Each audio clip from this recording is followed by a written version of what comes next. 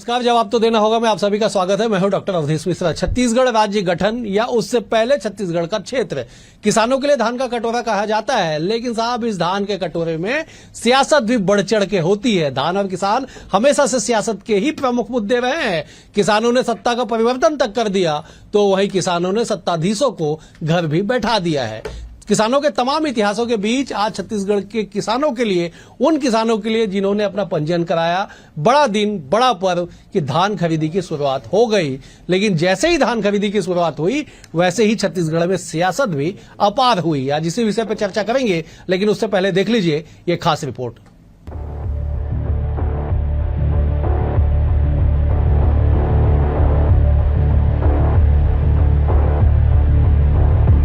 छत्तीसगढ़ में धान खरीदी पर्व की शुरुआत 14 नवंबर 2024 से 31 जनवरी 2025 तक होगी धान की खरीदी। 21 क्विंटल प्रति एकड़ की दर पर खरीदी शुरू। 3100 रुपए प्रति क्विंटल की दर से किसानों को मिलेगा पैसा।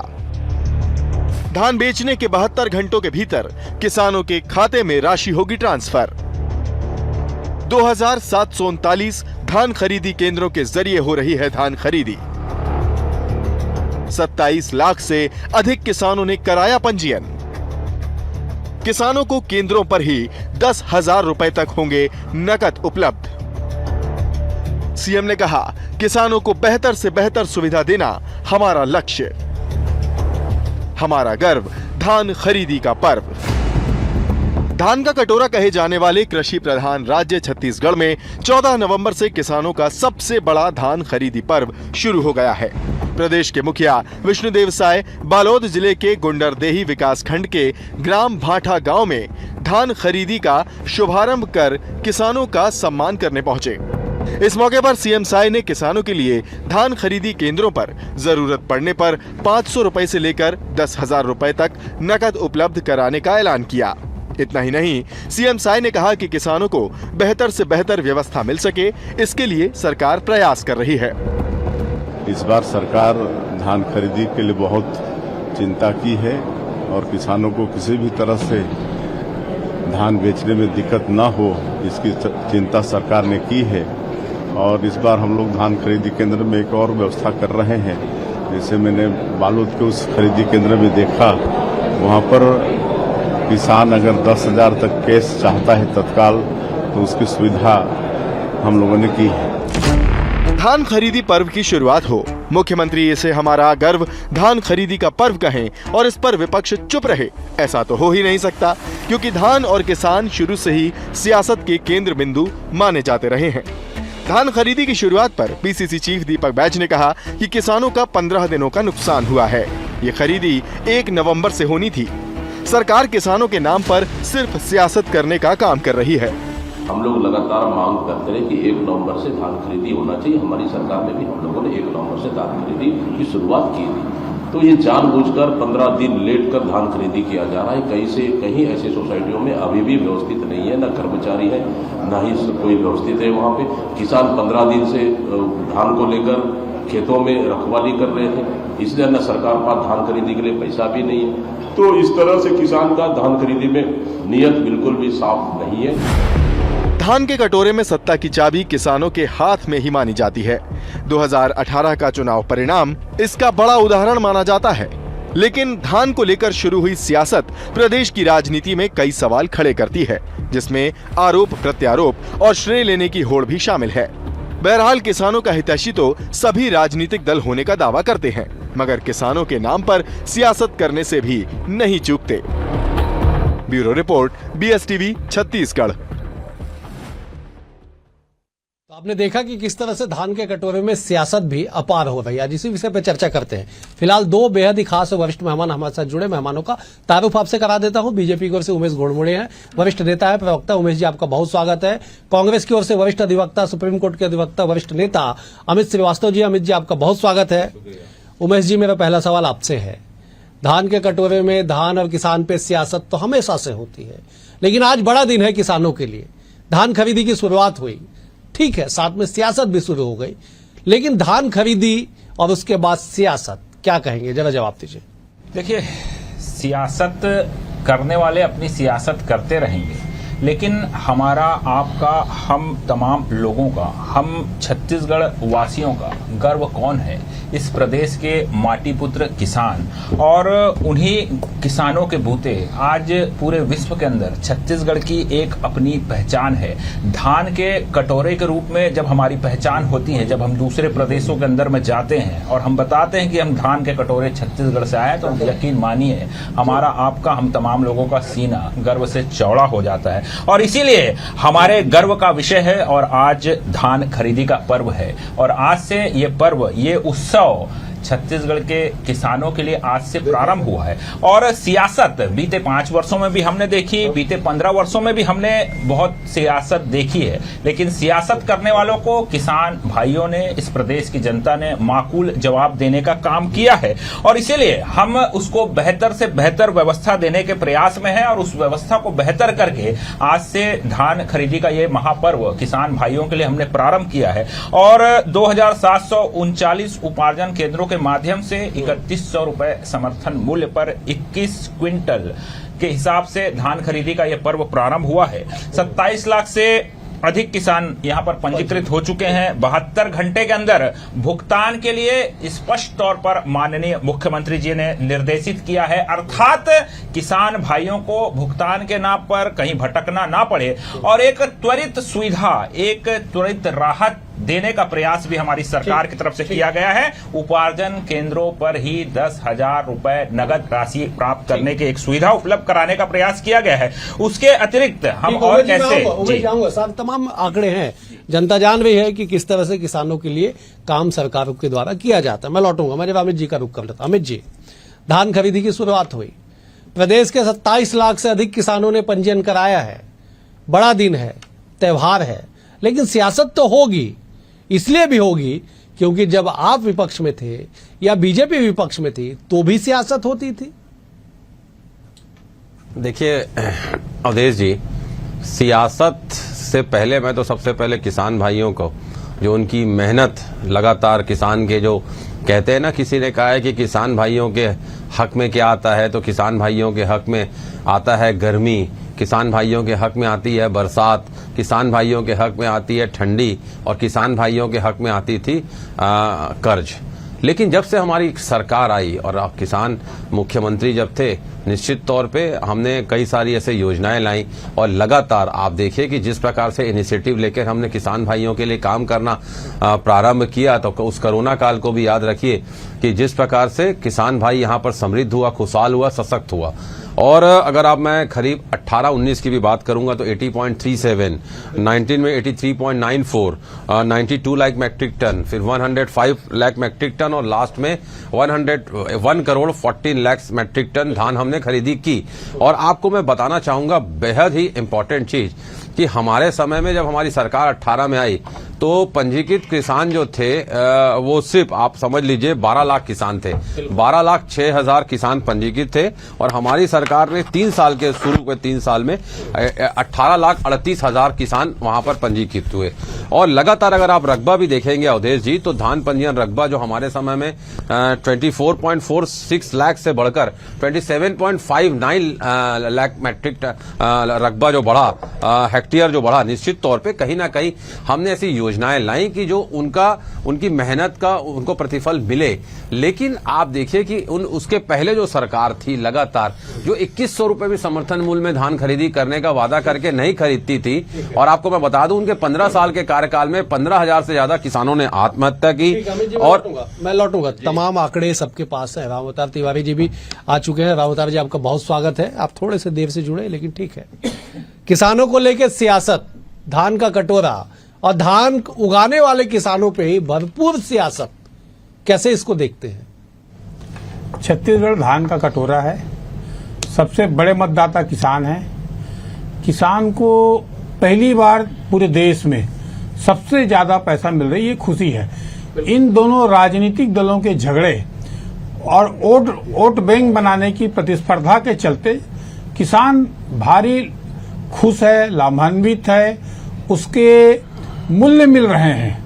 जो उपज का मूल्य को लेकर पूरे देश में झगड़ा चल रहा है, बहसें चल रही है, कौन किसको आरोप लगा रहा है, मगर छत्तीसगढ़ में उस पर साकार हुआ है, वो पूरा हुआ है। अब उसकी अलग अलग तरीके से अगर लेकुनापन नहीं निकालेंगे, एक दूसरे पर आरोप प्रत्यारोप नहीं करेंगे, तो ये कोई श्रेय ले जाएगा तो वो सरकार छत्तीसगढ़ से हटेगी ही नहीं, जो एक अंगद की पांव की तरह जम जाएगी। तो ये कोई जम ना पाए, इसलिए एक दूसरे की आरोप प्रत्यारोप या जो कमियां हैं उसको खत्म करने के आरोप हैं। पहली बात, जो कुछ भाजपा ने घोषणा की थी वो अच्छी घोषणा थी, वो निश्चित तौर पर पूरा नहीं हुआ है। जैसे जहां पर धान खरीदते हैं वहां पर किसानों को पैसा मिल जाएगा, सहकारी समितियों में बैंक जैसा माध्यम होगा, वो सारी चीजें घोषणाएं की थी। सहकारी समितियां और ज्यादा बनाई जाएंगी, किसान को परेशानी न हो, वो किए हैं।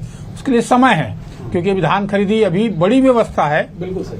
एक बड़ा आर्थिक संकट इस दौरान आता है, क्योंकि बड़ा पैसा महतारी वंदन और धान खरीदी में जा रहा है। तो सरकार के सामने दिक्कतें आ रही है।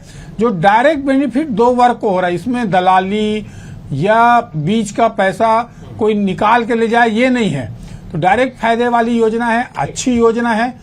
इन योजनाओं की जो लड़ाई है, जो आप देख रहे हैं, बहस और आरोप और श्रेय लेने की बात जो आ रही है, वो इसलिए आ रही है कि बड़ा मतदाता है किसान, ठीक बात है। किसान निर्णायक भूमिका में है, बिल्कुल सही। किसान आत्मनिर्भर हो रहा है, इसलिए ये बातें आ रही है। वो बहुत छोटी छोटी बातें हैं, तो बिल्कुल सही। बड़ी बातें इसमें ठीक। कुछ भी नहीं है। ठीक है उमेश जी, बड़ी चुनौती तो है, इसलिए मैं चुनौती कह रहा हूँ। आंकड़े बताते हैं, आज से नहीं, धान खरीदी की शुरुआत के समय से लेकर आज तक रावत ने कहा कि देश में सर्वाधिक धान का मूल्य आज की तारीख में छत्तीसगढ़ ने देना शुरू किया। यही चुनौती है।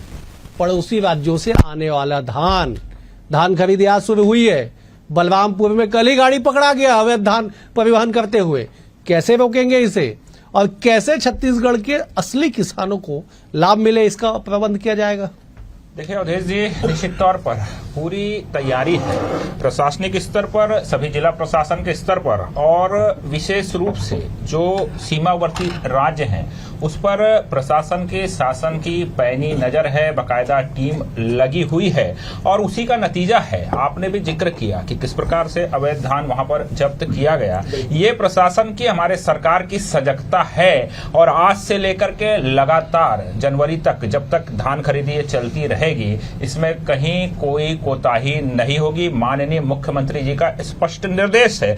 और उसके अतिरिक्त चाहे पंजीयन का विषय हो, चाहे टोकन का विषय हो, उसको पहले से और बेहतर करने का प्रयास किया गया है। यहां तक कि ऑनलाइन ऐप के माध्यम से भी तमाम जो किसान है, जो सीमांत किसान है, दीर्घ किसान है, और जो लघु किसान है, उनके लिए भी एक बेहतर व्यवस्था ऑनलाइन ऐप के माध्यम से टोकन की व्यवस्था को कर करके उन टोकन के माध्यम से धान खरीदी को आगे बढ़ाने, ताकि जो बाहर से अवैध धान भी आ रहे हैं उसको भी रोकने का प्रयास किया जा सके। और उसके अतिरिक्त सभी उपार्जन केंद्रों के अंदर में बायोमेट्रिक डिवाइस लगा करके और बेहतर तरीके से धान खरीदी को सुचारू रूप से संचालित करने का हमारी सरकार के द्वारा प्रयास किया गया है। और निश्चित तौर पर आज जिस प्रकार से धान खरीदी प्रारंभ हुई, तमाम जगह से आपके पास भी रिपोर्टें आई हैं, हमारे पास भी आ रही है, तमाम किसान भाइयों के चेहरे पे मुस्कुराहट है। और अभी कांग्रेस के प्रवक्ता अमित श्रीवास्तव जी कह रहे थे कि किसानों के हक में गर्मी, बरसात, कर्ज आता है। निश्चित तौर पे लगातार वो माटी पुत्र है, मेहनत करते हैं, तो बरसात और गर्मी तो झेलते हैं, लेकिन बीते 5 वर्षों में बरसात और गर्मी के साथ उन्होंने न सिर्फ कर्ज झेला, बल्कि धान खरीदी के समय में बारदाने की कमी का रोना भी झेला, बल्कि किस्तों में भुगतान की प्रताड़ना को भी इस प्रदेश के किसान ने झेला। और निश्चित तौर पर अब उनके लिए बेहतर व्यवस्था है। और एक और महत्वपूर्ण जानकारी मैं आपके माध्यम से दे दूं, इन धान खरीदी के दरमियान यदि छत्तीसगढ़ के किसी भी किसान भाई को कहीं कोई दिक्कत होती है तो एक टोल फ्री नंबर, शिकायत नंबर भी जारी किया गया है। मैं आपके माध्यम से उसको भी बताना चाहूंगा ताकि किसान भाइयों तक वो पहुंच जाए। 0771242546 0771242546 इस नंबर पर कोई भी अनियमितता है, कहीं कोई गड़बड़ी है, इसकी शिकायत किसान भाई कर सकते हैं। अमित जी, आपने भी नंबर सुन लिया। उमेश जी ने बड़े सरलता से, सहजता से अंग्रेजी और हिंदी दोनों में नंबर का ऐलान कर दिया। कर दीजिए ना फोन अगर कोई दिक्कत है तो। सियासत क्यों करते हैं? क्यों आपके समय व्यवस्था दुरुस्त नहीं थी? उमेश जी सवाल उठा रहे हैं, आप भी सवाल उठाते हैं कि साहब बारदाना के लिए डबल इंजन की सरकार नहीं थी, इसलिए बारदाना के लिए चिट्ठी तक लिखा गया। 16 लाख पत्रों का जमावड़ा भी कांग्रेस के समय में हुआ। 820% डीजल का एक्साइज ड्यूटी बढ़ाने वाले और 2022 तक किसानों की आय दुगनी करने वाले कहने वाले किसानों को प्रति एकड़ 12,000 रुपए का आय बढ़ाने की बात हुई थी, वो तो लागत बढ़ा दिए। अगर वो 3 काले कानून लाने वाले, किसान विरोधी लाने वाले आज अगर हमको नैतिकता का पाठ पढ़ाएं, इससे ज्यादा दुखद पहलू कुछ भी अवधेश जी नहीं हो सकता। लेकिन जिस प्रकार से देखिए कि लगातार किसान भाई छत्तीसगढ़ का जानता है कि जिस प्रकार से हमारी सरकार ने योजना लाई थी और उनके सपोर्ट में जो हमने काम किया था, लगातार उनकी जो मेहनत का किसी ने कोई एहसान नहीं किया, ना हमने किया ना ये करने वाले हैं। उनका मेहनत का प्रतिफल उनको मिलना चाहिए। और जिस प्रकार से 3100 आज ये दे रहे हैं, क्रेडिट गोज टू कांग्रेस, क्योंकि जिन्होंने 2100 रुपए समर्थन मूल्य नहीं दिया था, आज वो मजबूरी में छत्तीसगढ़ में 3100 रुपए देने जा रहे हैं। मैं कहना चाहता हूं, आपकी डबल इंजन की अभी आपने बात की, डबल इंजन की सरकार है, क्यों दूसरे प्रदेशों में 3100 रुपए नहीं दे रहे? मतलब अगर चुनाव जहां पर आएगा वहीं पर ही, क्यों महाराष्ट्र में नहीं दे रहे, क्यों झारखंड में नहीं दे रहे? मतलब आप समझिए कि अगर इनको पूरे देश में ये चीज लागू करना चाहिए किसान भाइयों का। जब ये अपने कॉर्पोरेट मित्रों का 16 लाख करोड़ रुपए माफ कर सकते हैं, तो किसान भाइयों के हक में ये क्यों बात नहीं करते? मेरा एक ही चीज कहना है। लेकिन लगातार क्योंकि ये किसान विरोधी इनकी सोच रही है और किसान भाई कहीं बेहतर समझते हैं, क्योंकि उन्होंने देखा है कि दिल्ली में अमेरिका से आने के बाद प्रधानमंत्री अपने भवन को देखने चले गए, लेकिन किसान भाई बाजू में धरना दे रहे थे, उनसे मिलने नहीं गए। 750 किसानों की जान चले गई, लेकिन प्रधानमंत्री जो हमेशा अपने मन, दूसरों की मन की बात नहीं सुनते, अपने मन की बात कहते हैं, लेकिन किसानों के दिल की बात उन्होंने नहीं सुनी। इसलिए हमारा प्रश्न उठाना वाजिब है। ठीक है उमेश जी, मैं आऊंगा आपको एक बार, जब मैं रावतार जी का रुख कर लेता हूं। रावतार जी, ये बात तो सच है कि 2018 में जब सत्ता का परिवर्तन हुआ, उस वक्त जो धान खरीदी को लेके किसानों के बीच समस्याएं हुई, राज्य और केंद्र के बीच समस्या हुई, वो पत्र भी आया कि 1 रुपया भी अतिरिक्त भुगतान किया जाएगा तो चावल नहीं लिया जाएगा। बारदाने की कमी का लगातार हवाला दिया गया। उन तमाम चीजों से किसान को अब थोड़ी सी मुक्ति मिली है, किसानों को बारदाना उपलब्ध है। आज मुख्यमंत्री जी ने ऐलान कर दिया कि आपको खरीदी केंद्र पे ही आवश्यकता पड़ने पे 500 रुपए से लेकर 10,000 रुपए तक का नगद भुगतान तत्काल कर दिया जाएगा अगर आपको आवश्यकता पड़ेगी तो। इन तमाम चीजों के बीच में, तमाम ऐलान और राहतों के बीच में, क्या किसान सच में खुश है? किसान तो खुश है। आज छत्तीसगढ़ में जिस तरह से धान खरीदी हुई है, उसके बाद खेतियार जमीन बिकना शुरू हो गया। पहले क्या होता था, किसान जो है बेटी की शादी के लिए, बेटा के शादी के लिए मरिया बरसी में धान उस चक्कर में बेचता था, वो बंद हो गया। अब जो है किसान आत्मनिर्भर है और अब अच्छे से खेती करने लगे हैं। और आज देखेंगे जो रेगा देने का रेट बढ़ा है, तो अलग अलग सुविधाएं मिल रही है, तो निश्चित तौर पर किसान खुश है। दूसरी बात जो है, जहां तक केंद्र और राज्य सरकार के एक होने का, डबल इंजन का फायदा वास्तविक में हो रहा है। इस मायने में कि हमको पता ही नहीं चला कि बोरा यहाँ आ गया, नहीं तो बोरा खरीदी के नाम पर इतना हल्ला मचा, केंद्र सरकार की एजेंसी देने से इनकार कर रही है, कम दे रही है। बोरा का दिक्कत जाने लगा था, बोरा का दिक्कत खत्म हो गया। अब धान उपार्जन के लिए जो FCI का जो नाम से वो खत्म हो गया, कोटा बढ़ा दिया गया। नहीं तो कोटे का एक संकट था कि कम खरीदेंगे तो राज्य सरकार का पैसा ज्यादा लगता था। तो ये डबल इंजन का जो फायदा होना चाहिए राज्य सरकार को, जनता को, ये निश्चित तौर पर हो रहा है। तो इसका श्रेय जो है भाजपा लेने की कोशिश कर रही है। तो राजनीति है, पहले कांग्रेस की थी और केंद्र में था, अटका रहे थे, वो जानबूझ के ही अटका रहे थे। वो सरकार जो है कांग्रेस के बदनाम हो जाए, कमजोर हो जाए, निष्क्रिय हो जाए, या अलग अलग तरीके से बाधित हो और लोग नाराज हो, फिर हमारे पास आए। तो वैसे ही हुआ, इन्होंने रेट बढ़ा दिया धान का, जनता ने स्वीकार कर लिया और सुचारू रूप से चल रहा है। ठीक है उमेश जी, सुचारू रूप से चल रहा है, डबल इंजन की सरकार होने का लाभ किसानों को मिल रहा है। कांग्रेस गंभीर आरोप लगा रही है उमेश जी, इसको भी ध्यान में रखना होगा आपको कि 15 दिन किसानों का नुकसान हुआ है।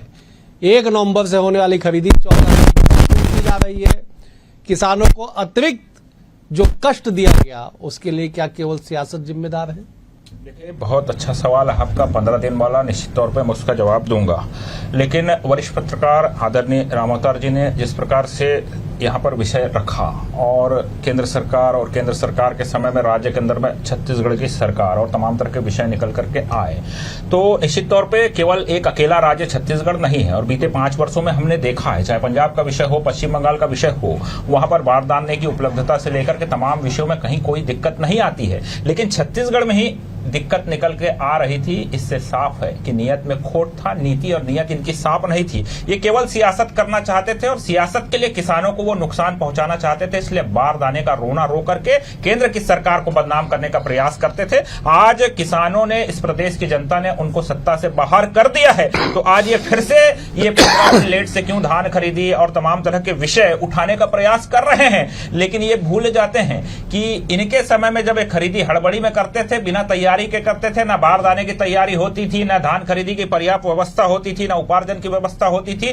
किसानों को लाइन में खड़ा करके उन्हें परेशान करने का ये काम करते थे। ये तमाम विषय निकल करके आते थे, उसको हमने बेहतर किया है। मैंने फिर आपको गिनाया भी, बायोमेट्रिक से लेकर के, मुझको और 5 सेकंड देंगे, बायोमेट्रिक से लेकर के तमाम व्यवस्थाओं को हमने बेहतर किया है। वो तमाम उपलब्धियां हैं। और अभी अमित उमेश जी, एक चीज आपसे छूट है जिसको आपको प्राथमिकता से बोलना चाहिए कि कमांड सेंटर की स्थापना की गई है। निश्चित तौर पे मैंने पहले ही आपको कहा कि मॉनिटरिंग से लेके परिवहन तक की मॉनिटरिंग के लिए सीसीटीवी लगाए गए हैं। आप चूक इसको नोट करिएगा, अगली डिबेट में कहिएगा आप। मैं लौटूंगा, मैं अमित जी का रुख कर लेता हूँ। एक मिनट रोक रहा हूँ। देखिए, इतनी उपलब्धियां हैं यहाँ पर, तो इतनी नाकामियां थे कि गिनते गिनते हम कई बार भूल जाते हैं इनकी नाकामियां। अमित जी जवाब दे देंगे, अमित जी जवाब दे देंगे। अमित जी, उसको समझ, उपलब्धि, नाकामी, किसान, धान, सियासत चलती रहेगी साहब, जवाब दीजिए जरा। हमारे समय में 5,25,000 उठाने की जरूरत पड़ती थी, और जब हम लेटर लिखते थे तो ये भेजते थे 1.77 लाख।